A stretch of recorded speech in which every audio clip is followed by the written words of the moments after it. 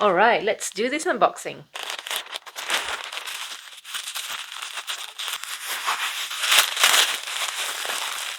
Louis Vuitton paper bag.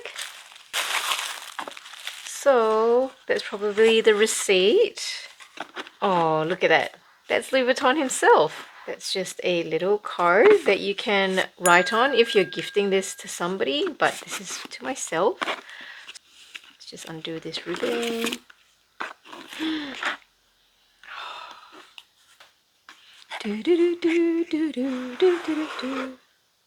Hello. Are you ready? Wow. Stunning. Look at that beauty. Wow, look at the shine. Wow, and a rose gold lining as well. That's a cloth, I guess, to clean Vernis leather. She's perfect. Hey guys, how's it going? It's Dani. So you've just seen me unbox this most beautiful item from Louis Vuitton. Look, the sticker is still on here and I'm just gonna peel that with you. There we go. Wow, she's just stunning. Seeing her again. I will follow you wherever you may go. Ooh. Okay, so for the rest of the video, I will give you a story time about how I got this item, the price I paid for it. I'll give you some close-ups as well as the measurements of the item. I'll do some mod shots as well as some pros and cons of Vernis leather or patent leather in general. I am absolutely stoked that I got this piece. I mean, I've seen it on social media before it was launched, and then I was watching it get unboxed on YouTube as it was being dropped in Europe as well as in the United States.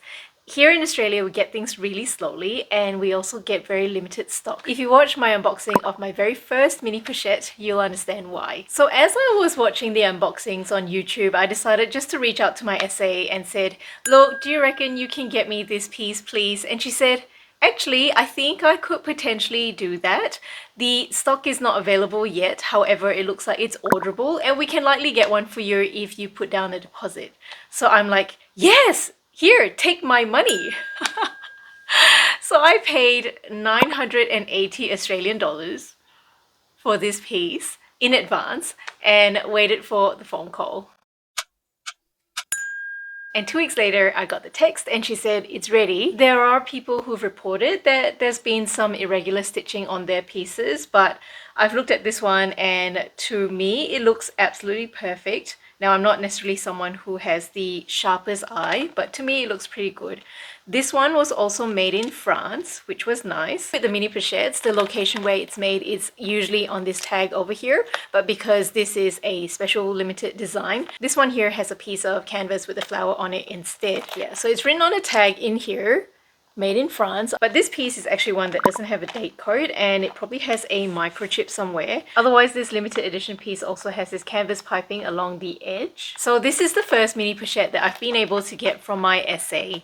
I've been asking her since August, so about 4 months now, and she still hasn't been able to get me a classic canvas one yet. So this specific mini pochette in Vernis leather comes in 2 colors. So the rose gold one, as well as the classic Louis Vuitton Amarante one. And I have an Agenda PM here in the Amarante Vernis leather. If you follow me, you know that I love patent leather. And in this part of the video, I'll talk about the pros and cons of having a light colored patent leather item as well as a dark colored one. Firstly, when I buy a luxury item, I first try to think about what I'm going to use the item for. Personally, I have no intentions of using the mini pochette as a catch-all inside a handbag, which is its true intention. I purchased these mini pochettes with the intention of using them as micro bags. Just like how I'm showing you in this vlog over here, I attach a long chain to the mini pochette and I use the mini pochette as a wallet to carry my cash, my cards, my lippy, as well as my car keys. The chain strap that I use is from Nextfashion.ca.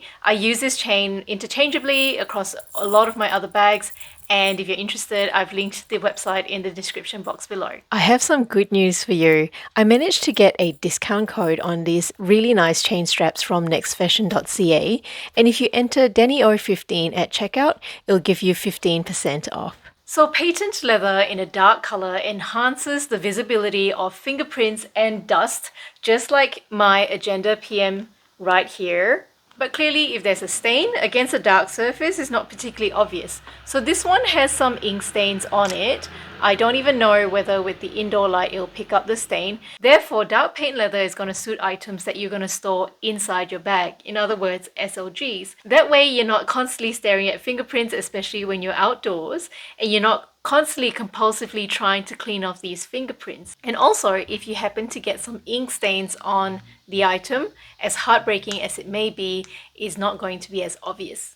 So the opposite goes for light colored patent leather. If I want to use the item as a bag, I would always go for a light colored patent leather. You absolutely still need to be careful about color transfer when it comes to light colored patent leather. If you get any ink on patent leather, it's really difficult to get it off. Certainly wear it with light colored clothes or just white, not like what I'm doing right now over jeans. I have had experience of color transfer from a black jacket onto a light colored patent leather bag, but that's a story for another video.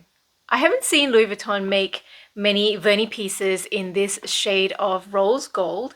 I did see one piece on Vestiaire Collective and it looks like the same color, but I don't know why the seller has listed it as blue.